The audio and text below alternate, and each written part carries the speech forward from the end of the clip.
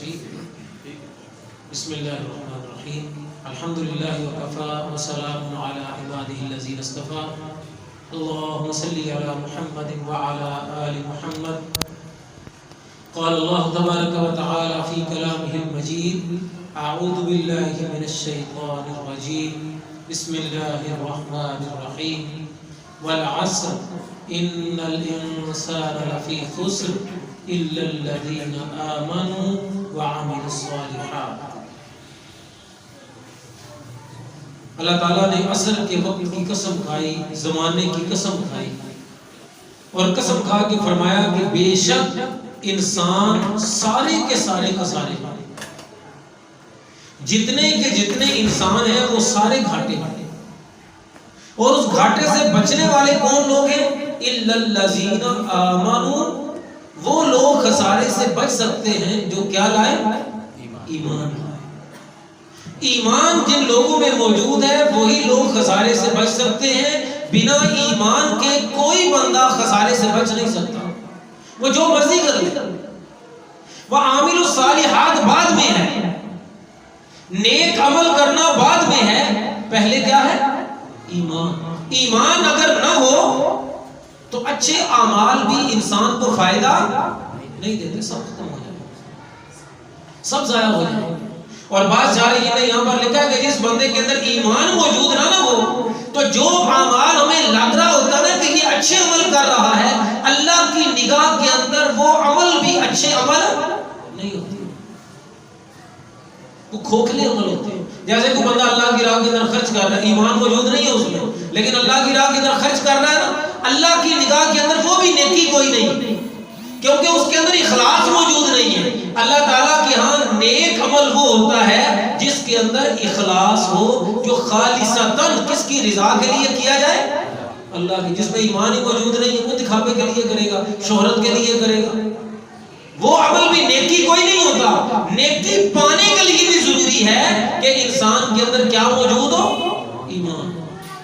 اسی کے بارے میں چند باتیں کروں گے بس، ایمان کے بارے میں۔ نبی علیہ السلام کی حدیث ہے، آپ نے فرمایا لا تدخلوا الجنۃ، تم جنت میں داخل نہیں ہو سکتے حتی تؤمنوا، حتیٰ کہ تم کیا لے آؤ؟ ایمان لے آؤ۔ اور ایک حدیث میں فرمایا لا يدخل الجنۃ الا مؤمن، فرمایا جنت میں کوئی داخل نہیں ہوگا، کوئی بندہ جنت میں داخل نہیں ہو سکتا الا مؤمن، مگر شرط یہ ہے کہ وہ کیا ہو؟ مومن ہو۔ مومن کے سوا کوئی بندہ جنت میں نہیں جائے گا، یہ بات طے ہوگا۔ نبی کریم صلی اللہ علیہ وسلم نے، اور پورے قرآن پاک کو آپ پڑھیں گے نا تو وہاں پر ہر جگہ پر جہاں پر کافروں کا ذکر آیا نا، اس سے پہلے اللہ نے ذکر کیا کہ کامیاب لوگ کون ہیں؟ الا الذین آمنوا، الا الذین، پورے قرآن میں آپ دیکھ لیں جہاں پر بھی اللہ نے جنتیوں کا ذکر کیا ہے نا، اس میں سب سے پہلی چیز جو ذکر فرمائی ہے وہ کیا ہے؟ وہ ایمان ہے میرے بھائیوں۔ وہ ایمان کہاں پر ہوتا ہے؟ انسان کے دل کے اندر۔ اس دل کے اندر ایمان ہوتا ہے تو وہ سب سے بنیادی چیز ہے، اس کی حفاظت سب سے ضروری ہے۔ آپ اس کو یوں سمجھ لیں کہ درخت ہوتا ہے، نظر آتا ہے کتنا بڑا درخت ہے، اس کے اوپر کتنے پھل لگے ہوئے ہیں، لیکن آپ کو پتا وہ درخت نکلا کہاں سے؟ ایک بیج سے، ایک چھوٹے سے بیج سے وہ سارے کا سارا درخت بنا، اور اگر وہ بیج خراب ہو گیا تو درخت بھی پیدا نہیں ہوگا۔ دیکھنے میں درخت بڑا ہے، دیکھنے میں اس کی شاخیں بڑی ہیں، دیکھنے میں وہ سب کچھ بڑا ہوگا، لیکن وہ نکلا ایک بیج سے ہے۔ فرمایا انسان کے جتنے بھی اعمال ہیں نا، وہ نماز ہو، وہ روزہ ہو، وہ سچائی ہو، وہ ایمانداری ہو، وہ جتنے بھی نیک عمل کر رہا ہے نا، اس کی بنیاد کیا ہے؟ ایمان بنیاد۔ اور اگر ایمان نہ ہو تو یہ درخت اگنے والا نہیں ہے۔ اگر آپ کو اس بیج کے بغیر کوئی درخت، یہ بات سمجھ لے ذرا، پورے دھیان سے سمجھ لیں، اگر کوئی درخت بغیر بیج کے آپ کو نظر آئے تو سمجھ لیں کہ یہ بناوٹی درخت ہے۔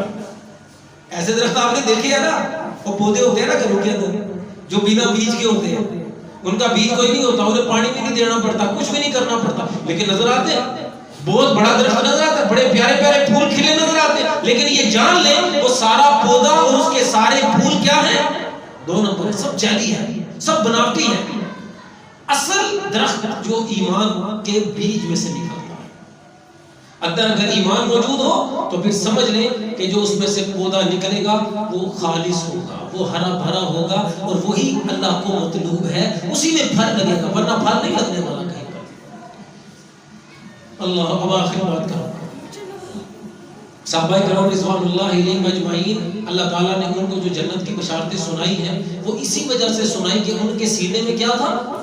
ایمان موجود تھا، ان کا اللہ پر ایمان تھا، ان کا اللہ کے رسول پر ایمان تھا، ان کا آخرت پر ایمان تھا، اور اسی ایمان نے ان کو، اچھا عمل ان کا دیکھ لیں، میں آپ کو تھوڑا سا بتاتا ہوں۔ نبی کریم صلی اللہ علیہ وسلم کے پاس صحابہ ایسے تھے کہ جب اللہ کے رسول خرچ کرنے کے لیے کہتے تھے نا تو ان کے پاس ایک کھجور ہوتی تھی خرچ کرنے کے لیے۔ کتنا ہوتا تھا؟ ایک کھجور۔ کوئی کسی کے پاس 2 کھجوریں خرچ کرنے کے لیے، کسی کے پاس کچھ بھی نہیں ہے۔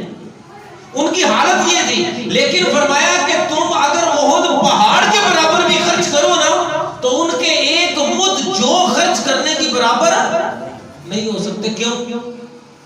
وجہ کیا ہے؟ ان کا ایمان، وہ ایمان ہے، وہ ان کا ایمان تھا۔ اسی ایمان کی بنیاد پر اللہ تعالیٰ نے فرمایا کہ کوئی بندہ بھی صحابہ کے برابر ان کے جیسا کوئی ہو نہیں سکتا، آپ جو مرضی کر۔ آج تو ایسے لوگ ہیں جو انہی پر زبان درازیں کرنا شروع ہو گئے، انہی کے بارے میں باتیں کرنے لگے۔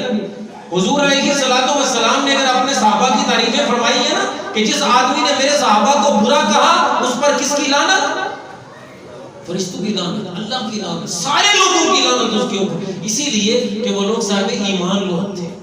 تو ہم نے بھی جانچنا ہے نا، اگر ہم بھی کامیابی حاصل کرنا چاہتے ہیں نا تو ہمیں بھی ان کی طرح کیا لانا پڑے گا؟ ایمان لانا پڑے گا۔ اللہ نے قرآن میں فرمایا فَإِنْ آمَنُوا بِمِثْلِ مَا آمَنْتُمْ بِهِ فَقَدِ اهْتَدَوْا، اگر تم اس طرح ایمان لاؤ نا جس طرح میرے پیغمبر کے صحابہ کیا لائے؟ ایمان لائے، اللہ تب تمہارے ایمان کو بھی قبول فرمائے۔ تو میرے بھائیوں، عمل کی تو فکر کرتے ہی ہیں، ہم لوگ کرتے ہیں۔ آج میں آپ کو ایمان کی فکر سکھا رہا ہوں۔ ایمان، اپنے ایمان کی فکر کریں، چیک کرتے رہا۔ جس طرح آپ اپنے اعمال کو چیک کرتے رہتے ہیں نا، دوسروں کے عمل چیک کرتے رہتے ہیں، تو اپنے ایمان کو بھی چیک کریں۔ اس کا میں آج آپ کو ترازو دے کے جا رہا ہوں، یہ میری طرف سے تحفہ ہے آج آپ کے۔ نبی کریم صلی اللہ علیہ وسلم کے پاس ایک صحابی آئے، کہنے لگے یا رسول اللہ صلی اللہ علیہ وسلم مجھے کیسے پتا چلے گا کہ میرے اندر ایمان موجود ہے؟ تو آپ نے فرمایا اذا اساءت کا، سمجھ لے ذرا پورے دھیان سے، اذا اساءت کا سیئۃ کا وسرت کا حسنۃ کا فانت مؤمن، اگر تمہارا گناہ، تمہاری برائی، تمہاری خطا تمہارے اوپر بوجھ بن جائے، تمہارے اوپر کیا بن جائے؟ بوجھ بن جائے، اور تمہاری نیکی سے تمہیں خوشی ملے، تو سمجھ لو کہ تمہارے سینے میں کیا موجود ہے؟ ایمان موجود ہے۔ یہ چیک کریں، چیک کرتے رہو۔ اگر تو گناہ کر کے بندے کو لگے کہ یار یہ میں نے کیا کر دیا، اگر فجر کی نماز رہ گئی تو ایسے لگا کہ جیسے کیا ہو گیا، سب برباد ہو گیا۔ وہ جو حدیث کے اندر آتا ہے نا جس کی عصر کی نماز رہ گئی، عصر کی نماز رہ گئی، گویا کہ اس کے اہل و عیال کیا ہو گئے؟ تباہ ہو، برباد ہو گیا سب۔ اگر عصر کی نماز رہ جانے پر ایسے ہی لگے، اس کو کہتے ہیں نا ایمان کی آنکھ کھل گئی، اب دکھائی دینے لگا، کسی کو تو پتہ نہیں چلتا نا، اندھے کو تو نہیں پتا چلے گا میرا کیا نقصان ہو گیا، پتا چلے گا اسے کیا پتا؟ سب کو گھر کو آگ لگ گئی، سب برباد ہو گیا، کوئی پیسہ لوٹ کے لے گیا، اسے کیا پتا؟ ایمان کی آنکھ جس کی کھلی ہو نا اس کو پتا چلتا ہے کہ میرا واقعی کیا ہو گیا، نقصان ہو گیا۔ اگر کبھی جھوٹ نکل گیا منہ سے، ایسے لگا جیسے تیر لگ گیا سینے، یہ میں نے کیا کر دیا، گالی نکل گئی زبان سے، ہو جاتا ہے۔ کبھی کسی سے زیادتی ہو گئی، کبھی زبان سے سخت لفظ نکل گئے تو فوری طور پر ایسے لگا کہ جیسے پہاڑ گر گیا، یہ میں نے کیا کر دیا۔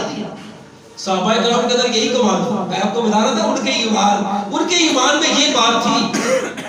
ایسا نہیں تھا کہ صحابہ کرام میں کبھی کسی سے غلطی نہیں ہوئی، ایسا کبھی بھی نہیں، کسی نے آج تک نہیں کہا کہ ان سے کبھی غلطی نہیں ہوئی، لیکن ان کی غلطیاں ہماری نیکیوں سے بھی بہتر ہیں۔